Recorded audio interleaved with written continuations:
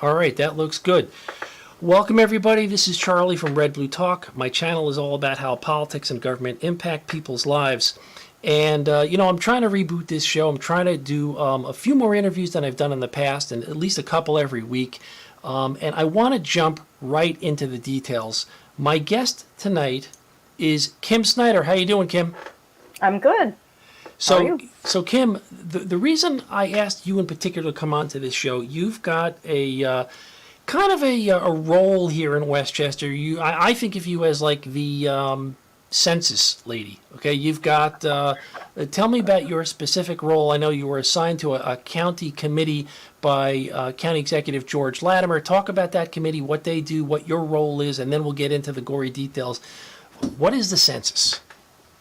Okay, so, what is the census? The census is the decennial count of residents, not citizens, but residents for the purpose of apportionment. It's been going on since 1790. So it has a long history and a loaded history. So this is 2020, and it's time for the 2020 decennial census. So let me skip in. Why do we, in 2020, do we still need something that was created in 1790? Well, that's a good question. And in a lot of ways, it's the same, but in some ways, the census count is different. It's no longer, but there are also more people. Mm-hmm. So you need new tools. But for example, this year, the census went online for the first time ever. Okay, so that was a new aspect of the 2020 census. And people did not know how that was going to go. People were very concerned just because there's a lot in the news, not trusting the internet, et cetera. How much could they rely on online census? But Kim, basics. We need a census because... we need that basics. Okay. Yeah. So don't dive in the deep end yet. Okay. Easy. You're answering like you're going directly into like the college graduate level answers, and I'm trying to get my arms around sixth grade. Okay. And a lot of people, and I dare say myself included, if you'd asked me 10 years ago, okay, I might not have been a savvy census lady, right, at all. And the census is used to apportion federal funding. Okay, that's one of the bottom lines. So lots and lots of federal dollars that fund our communities. How many dollars New York State gets is based on the number of residents that are counted in the census. So it's a way to get to government dollars. It's funding. Okay, it's funding. Government dollars, that's a biggie. The other biggie is that it's about congressional representation. Okay. So where our congressional, the number of congressional representatives, right? So I'm in Congressional District 16. Elliot Engel is currently our representative. For a little while? Yes. How many representatives we have as a state, right, is determined by the number of people in the census count. So we are likely, and this was one of the reasons that I was personally really concerned about the census, is really basically the more people you have, the more influence, right? More people to bring home dollars, more people to sit on various committees. And New York State stands a risk of losing 2 seats on a good day. Okay. Pre-COVID. So if you have an accurate count, it helps you because... Well, the thing is, what we're trying to avoid is a big undercount. Okay? Right. So you want like the complete count, and this idea of, and you'll see that on some of the signs, like the complete count committee, that's aspirational, right? We want the complete count. But for example, there are parts of New Rochelle where only 47% of the people who live there, who are estimated to live there, have completed the census. And these estimates are based on 2010 census, another census that they is audio. Okay, another census that they do in the interim, the American Community Survey, which is a longer one. So, and God knows what statistics. All right. Okay. So currently, New Rochelle. Okay, so this is an important fact about the census, and I have this on a map, but you're just gonna hear me say it. Sure. Okay, so right now, nationally, all right, the United States as a whole, 63.9% of the people who are estimated to live here in the United States as a country have completed the census, have been counted. And you can go see this online. You just Google census response rate, and you Hit can. me, It's hit pretty me, cool. hit me with that number again for me, please. So, in the country as a whole, 63.9% of the residents who are estimated to live here Okay. have completed the census. Is that Yeah, good, high, low, or in the middle? I'd say that's probably low-ish. It's on the low side. Okay. And Yeah, how we much could time? look that up. And how much time is left? Okay, so here's the catch.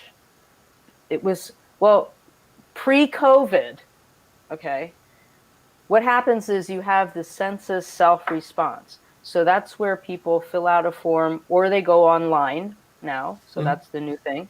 They go online and they complete the census. And if they haven't, then people go door to door. The enumerators is what they're called. And they knock and that's what we often think about. And probably back in 1790, that was the entire census, right? So the enumerators were supposed to start knocking doors in May, and then and they would have 3 full months of door knocking, and then the census would wrap up in at the end of July. That was the original timeline. But along comes February, and in fact, New Rochelle, the hot spot for a while, right? A pandemic, right? We were all ready to go out with census pods at the library, help people, because a lot of people don't have internet access. A lot of people aren't comfortable putting that information in online. Yeah, I must tell you, I personally wondered about it. I did it, and I'm a little confused because I think I responded to two different surveys. I think there was a community household survey. Maybe you can was explain really the long. difference. Yeah. Super long, and I did it, but then I seemed to get another survey weeks or months later, and I responded to that, and I think that second one was the big census. Does that sound right to you? Yes. So, in fact, that's confused a few people. Someone reached out to me about that this weekend, right? So, there is the census, which is like 10 questions. That's the one that everyone's supposed to fill out, right? The decennial census. There is also another survey that the census people put out called the American Community Survey. And that's a much longer census. And I dare say it's pretty friggin' invasive of Yes, people, yes, right? It and that asks was you the lots first of one I questions. received. And so people are like, whoa, I don't, so, but that's a survey that on an ongoing basis is sent out, this longer one. And it's used for different kinds of planning. I mean, it goes into a lot more detail, but if you're using census data is used for all kinds of things like community planning, how many schools to build, how many hospitals, etc., stores, commerce, things like that. So you kind of need that deeper dive data, but you don't need it on everyone. So not everyone, I have never gotten on the community survey, but someone recently reached out to me last weekend and said, my friend got this survey and it's really long and they're saying they have to like fill it out. And it's like, is it the census or is it not? And so I checked with the census office and I didn't think they would do both at the same time because that's kind of a mix. That's a lot of stuff. Kim, it happened to me. It happened to me. I Yeah. got the American Community Survey, and I thought that was the census, so I participated in it. But then it turned out that that was not the main census. I got the both of them were available online. I responded to both online. They send you I guess you call it a unique identifying key, Mm-hmm. so that they don't get two responses from the same household, I suppose. And then you just respond. You can respond to the whole thing on your computer or your phone. Yeah. No, so it's the online part. I mean, imagine how much that helps with their gathering of data, right? That basically gathers their data for them, right? So, but see, to me, and I think about I work at the intersection of technology and people in my professional life. And so I often think about how people think about systems and how people use them. And how confusing is that, right? You get it. I mean, and I would dare say that there are probably people who didn't complete their regular census because they thought, hey, I already did that. It was a longer one. So that was surprising to me that they would do both of them at the same time. Just because where's the education around that? Like Right. that you even filled it out, and it's like, so what's the deal here? And that they don't give you a lot of education, and there isn't education around why bother doing the census in the first place. And so that's a lot of what my volunteer work over the last better part of a year has been around educating both myself, other people such as myself. A lot of my friends Right. were like, what, really? All that funding? It's the amount that, and this is a conservative amount because it tends to bounce around a little, but I think, I'm not inflating numbers by saying, so for each person, and that means like a family with like mom, dad, 3 kids, that's 5 people. Okay. Even a newborn baby, infant, $2,750, so $2,750 per year in federal funding. Mm-hmm. Okay. Now that sounds, right. When you add that number up, so I looked at New Rochelle's estimated low response number, Yep. right? Like what they had estimated based on our last 2010. What are, and they call them hard to count tracts, where they tend to be more transitional, more apartments, more people moving, and so the hard to count tracts in New Rochelle, I added them up. And if they performed on par, and we got like, and some of them were like, I think it averaged around 26% of people not responding. Okay, so you're looking at 74% of people responding. And that was the low response. We're looking at right there, just those people in those hard to count tracts, and there were maybe, I don't know, 8 or 10 of them, 26,702,000 or $703 per year, and for the next 10 years. And that's just a few hard to count tracts in New Rochelle. Sure. So that's $267 million of funding that New York State, I mean, like, so when the exponential, right, it grows tremendously. And what is that, the undercount and the resultant underfunding result in, Kim? It means what? Less infrastructure, less free and reduced price lunches, less construction of schools, less funding in the form of state aid to police departments, aid for fire. It's all of that municipal government stuff, right? Yeah, roads, basic, fixing streets, bridges, hospitals, building new hospitals, adding equipment or capacity to existing ones. Right. Million little things that you'd never really may not think about. Right. Early childhood nutrition, things that are pretty elderly programs, right? Community elderly programs. Some of those are funded by federal dollars. So then talk to me about, you're defining this as sort of a human rights challenge. It's a civil rights threat, potentially, undercounting. What are the politics around it? I mean, I know that you've done some work with the local Indivisible group on disseminating information. What are the local politics around the census? Well, the politics are, and this time around, it's been particularly politically charged.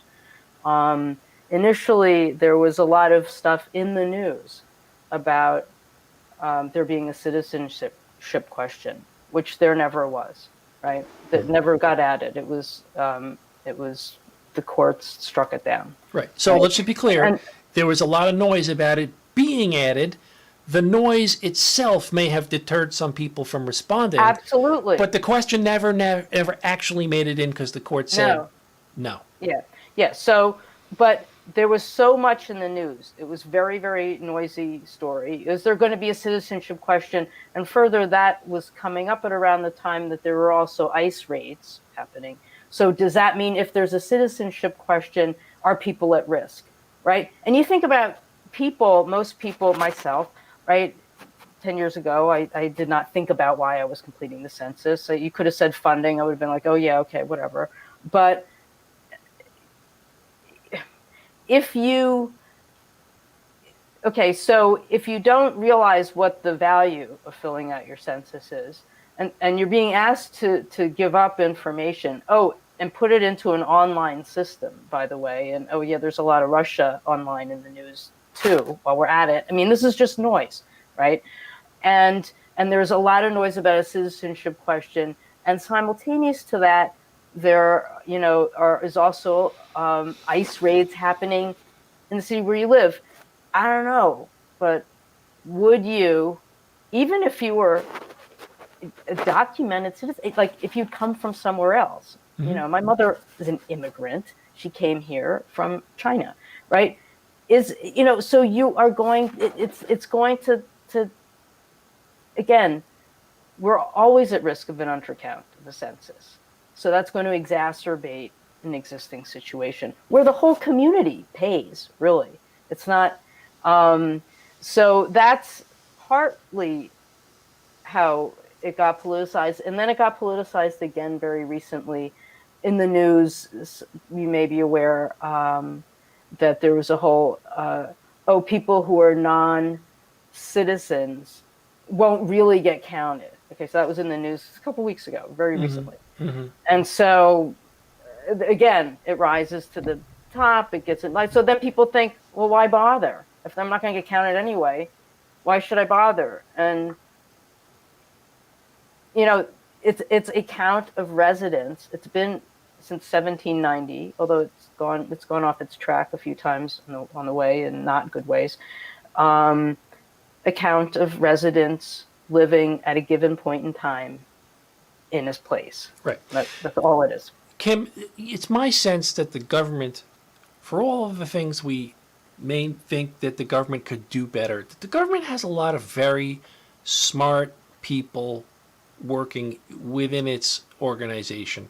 Don't they have the ability to sort of, based on decades of data, don't they have the ability to sort of interpolate and say, we know that there are certain census tracts that have historically been undercounted, and make an adjustment? I mean, does it come out in the wash, or is the threat real that you're undercounted and your neighborhood will suffer as a result?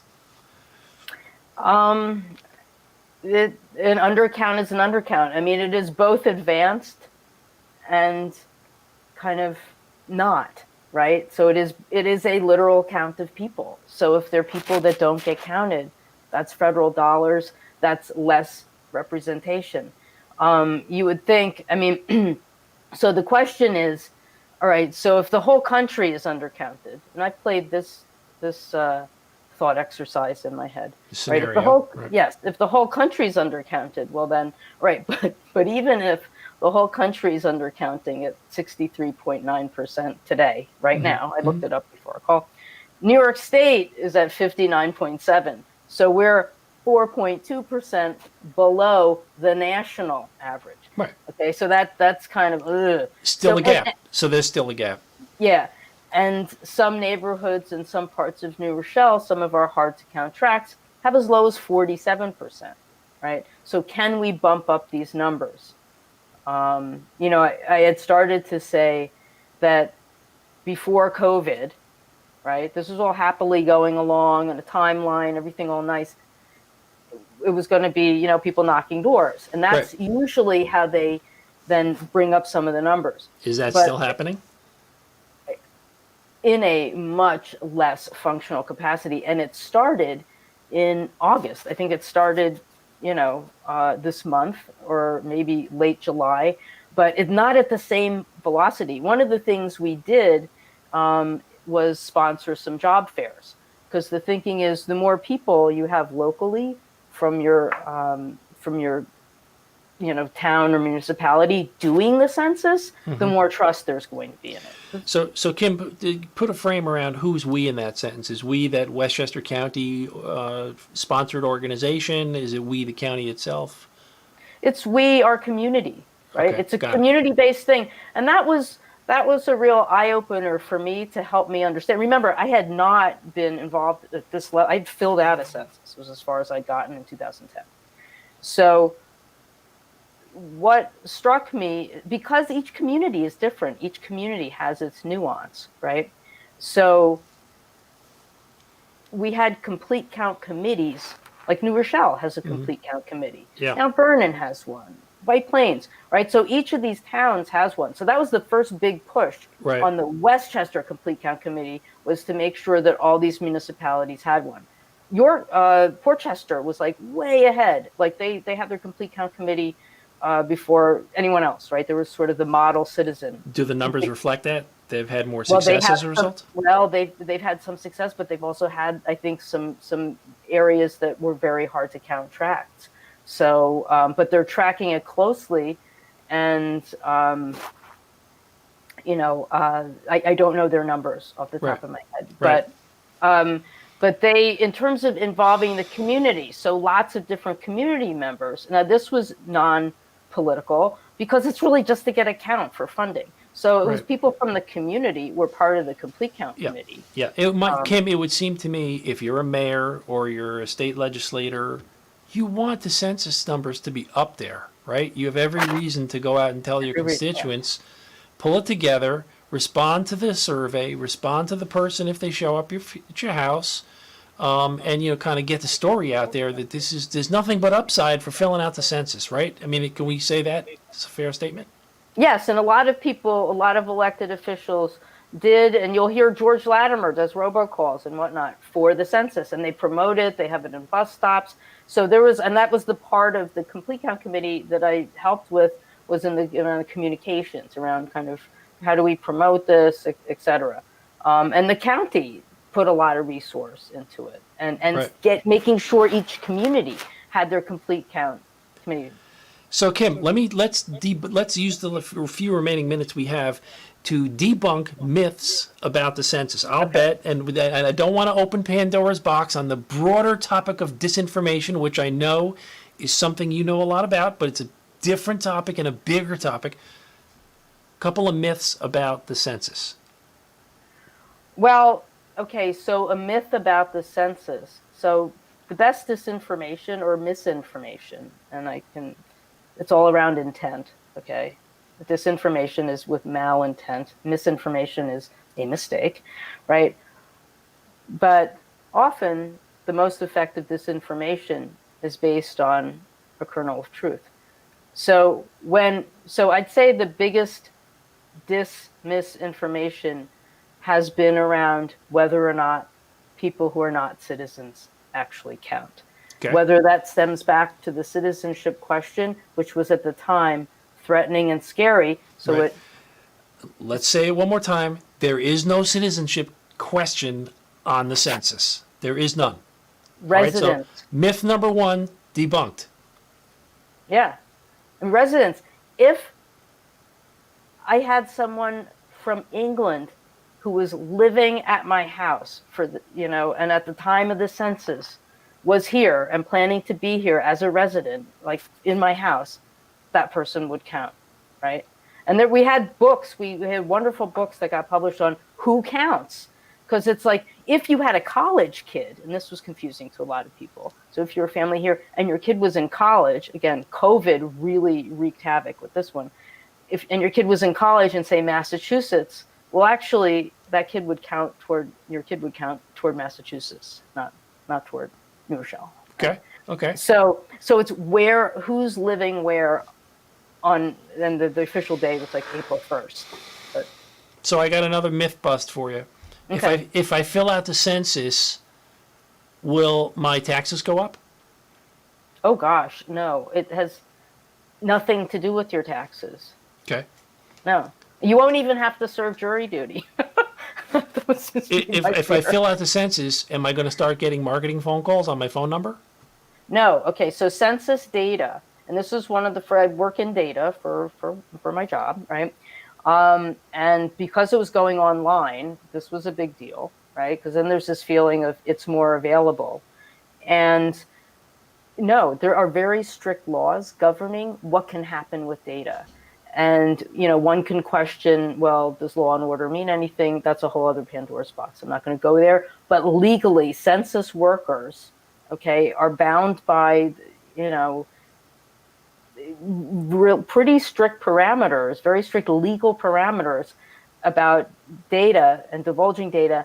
And census tracts, this is interesting piece of trivia, census tracts are sized in such a way that you can anonymize the data enough, right? Okay. So can you explain what that is? I know what it is, but not everybody understands that terminology. So anonymized data means when this data gets reported on, any identifying information of people, like your name or any potentially identifying information, is not associated with that data. So it's used for things like race, ethnicity, gender, age, numbers of people. But all of that data can be kind of seen in aggregate. So all rolled up as totals based on tract, city, county, things like that. So that's anonymized data. So anonymized data might say that there are, they might reveal that there are 3 people living in the house, but not their names or any personally identifiable information. And further to that, though, I believe the size of the census tracts are such that you couldn't even, if you threw some crazy algorithm in there, you can't deduce people. Who it is. You can't identify people. Right.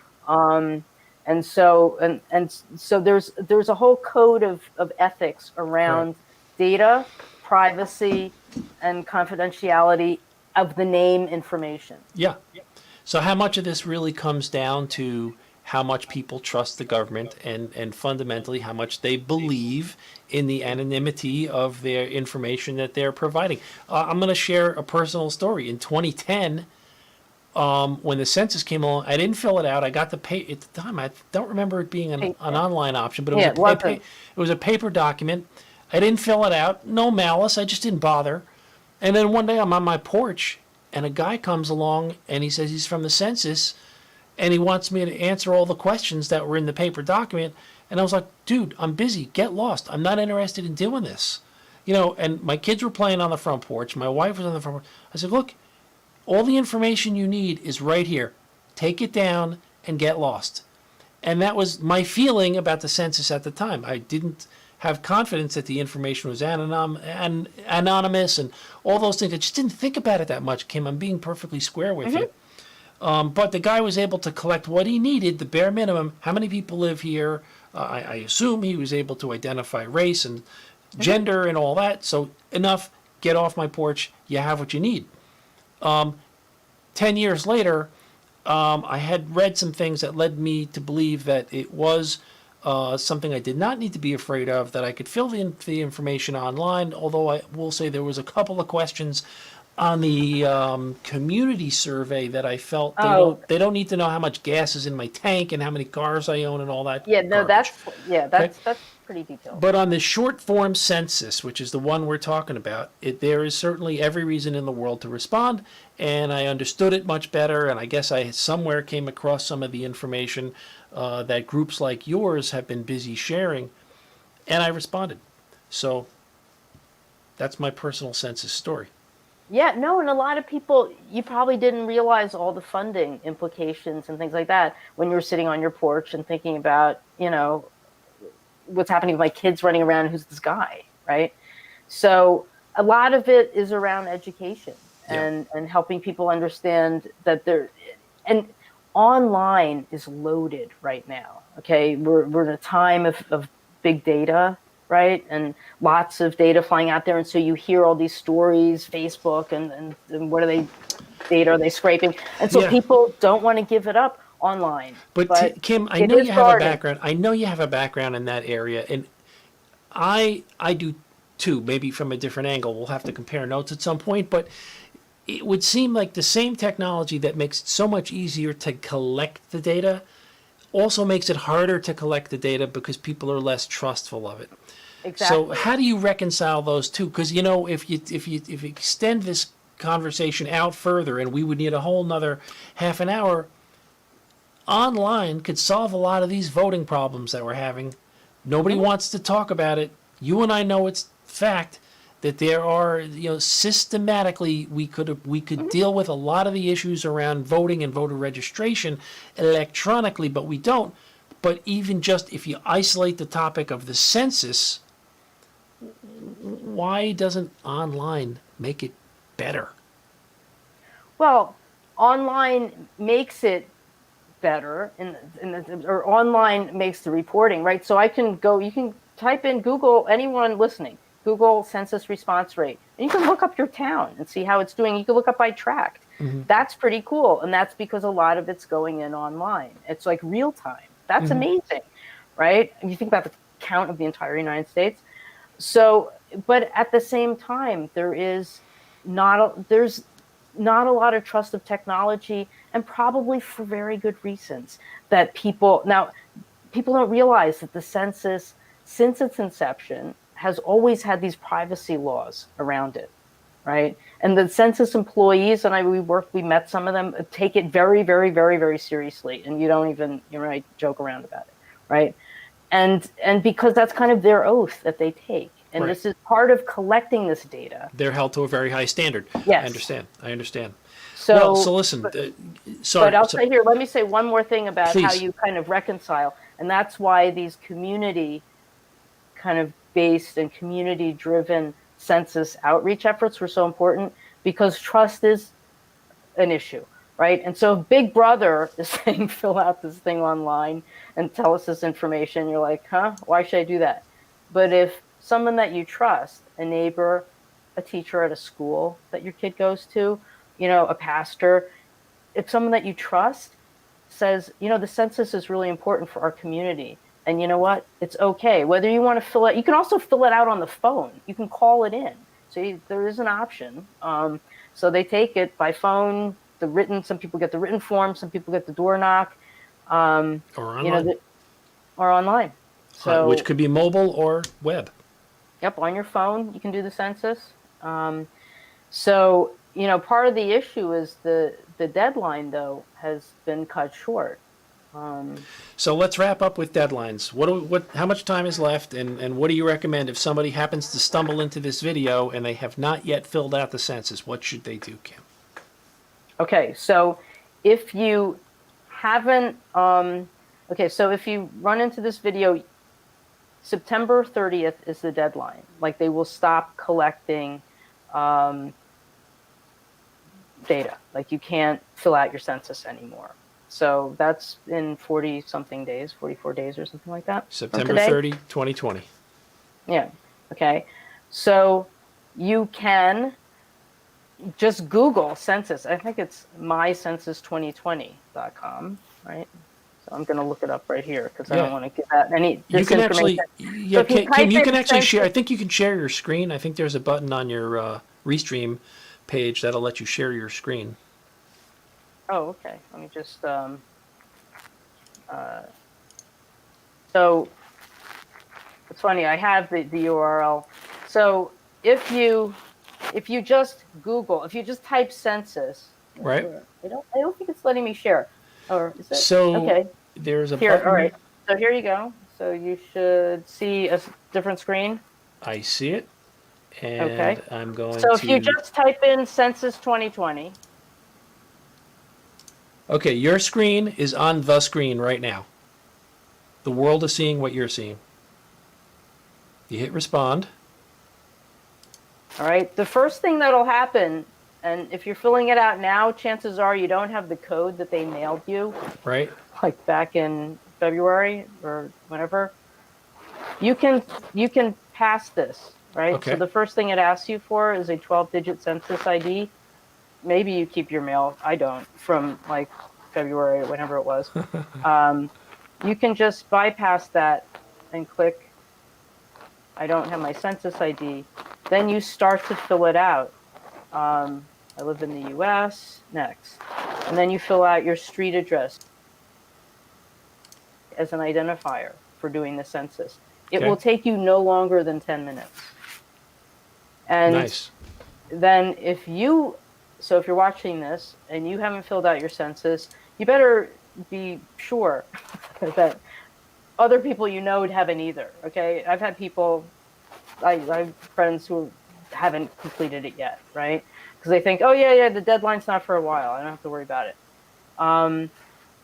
Not true. I would do it as soon as possible because September 30th will be here before we know it. It's also available online in a number of different languages. Yep. And so, filling it out online is by far the fastest. There also are phone numbers that you can call. Go ahead. Your screen is still on the screen. Right. And Nice. so you have the option. So I just Googled census and phone. Right. So here you can, I think they have it, you can call in your census Sure. as well. Sure. Okay, and you can call it in a number of different languages. So that's the other way you can do your census, right? Well, that's great. Don't Kim. wait for the guy to come by your door, because they may not, because there are far, far fewer of them. And that's part of the problem. That's great, Kim. Thank you for showing us that. Let me get back. Here we go. Okay, we're back to normal. Cool. Well, that was very interesting. Very helpful. September 30th, 2020 is the last day to have your census data collected. You heard from Kim Snyder, who's a Westchester census-oriented person. You made sense of the census. Thank you for being Thank my you. guest. I sincerely appreciate that. And that's it. That's going to be it. So thanks, Kim. Folks, this is Red Blue Talk. My channel is all about how politics and government impact people's lives. You know what to do if you're watching this. Click share, click like. Kim, hang on. I want to talk to you afterward for a minute. And I'm trying to spend a little bit more time on Instagram these days. So Instagram.com/RedBlueTalk, @RedBlueTalk. I'm going to have more guests coming up Mondays at 3 o'clock. I'm on WVOX 1460 AM. That's going to be it for me tonight. Thanks, everybody, and good night.